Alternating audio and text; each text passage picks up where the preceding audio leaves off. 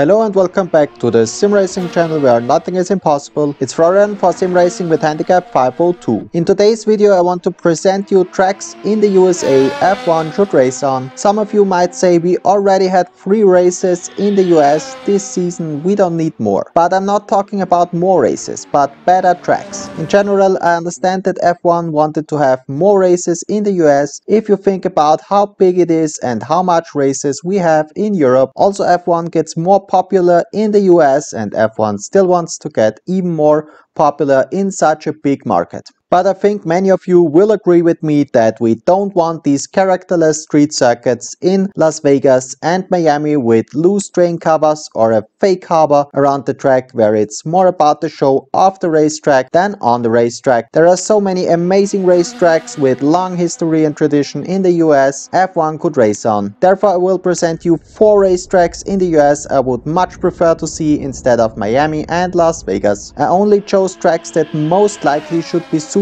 for F1 cars. I will show you some interesting data about the tracks and then an onboard lap in a 2023 F1 car as well as the lap from the TV cam while talking a bit about each track and why I think F1 should consider racing it. Now let's start with the first track.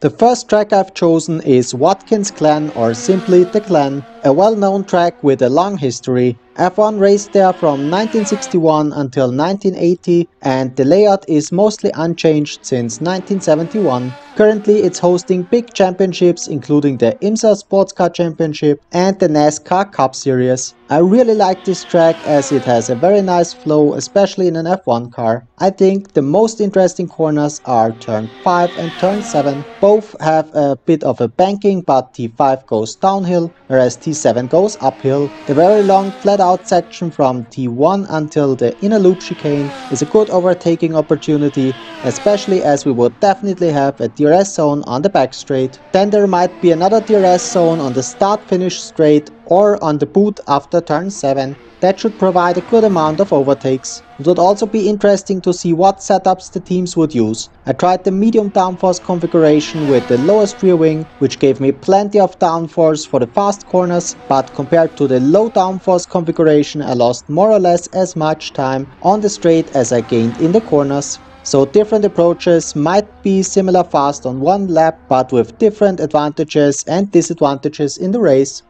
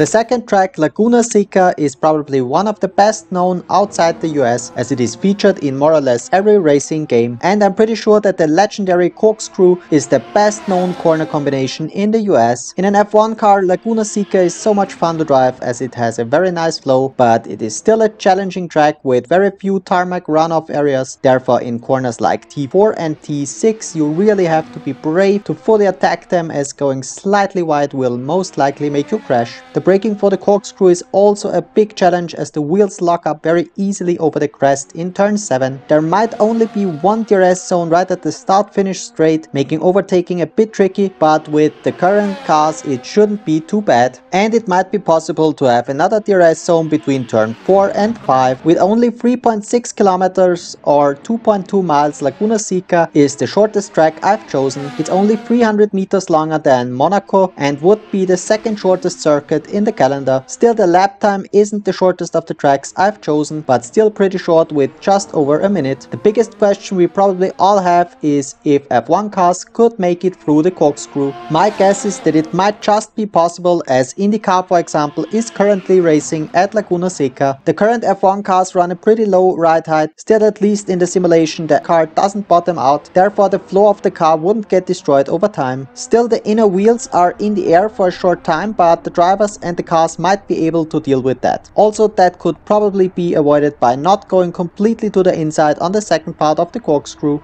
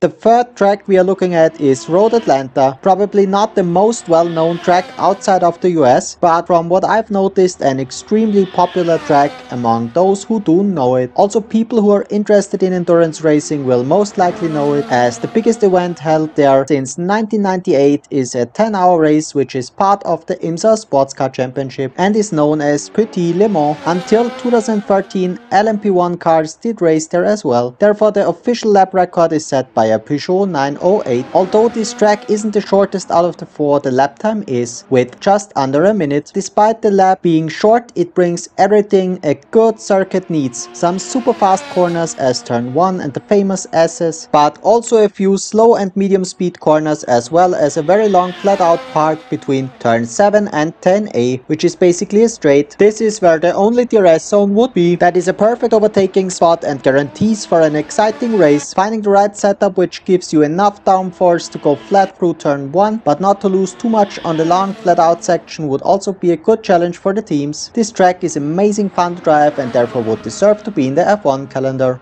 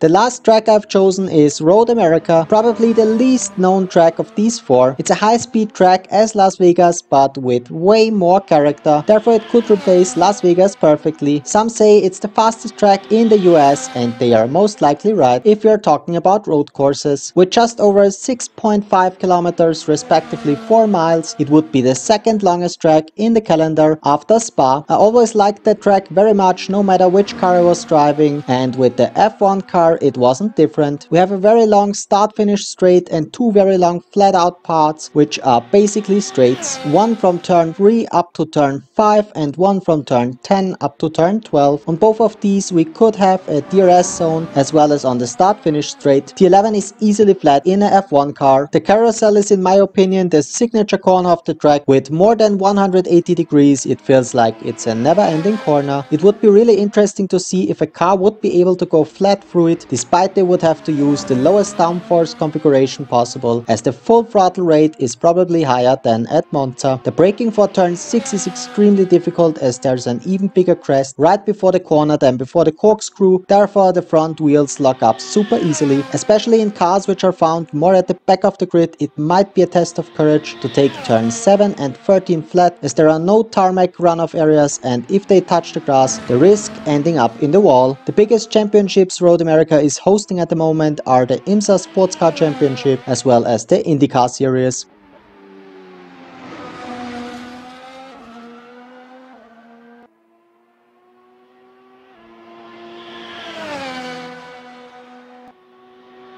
Well, these are the 4 tracks I think F1 should race on in the USA. Well, not all of them in one season, but 2 of them instead of Miami and Las Vegas or any other street circuit they might create in the future. These are all traditional permanent racetracks which are much fun to drive, but with some challenging corners at the same time. All of them guarantee for great exciting races and should be suitable for F1 cars. I'm also pretty sure with some minor changes all of them could become FIA Grade 1 tracks, which is necessary for hosting F1. There's also the reason why I haven't chosen the track many of you might have wanted to see, the Virginia International Raceway, referred to as Little Green Hell, because I don't think it would be able to become a FIA Grade 1 track without some major changes. Also, overtaking would be too difficult with F1 cars. Now I want to know your opinion. Please tell me in the comments if you agree with my choice of tracks or if you would want to see another track instead.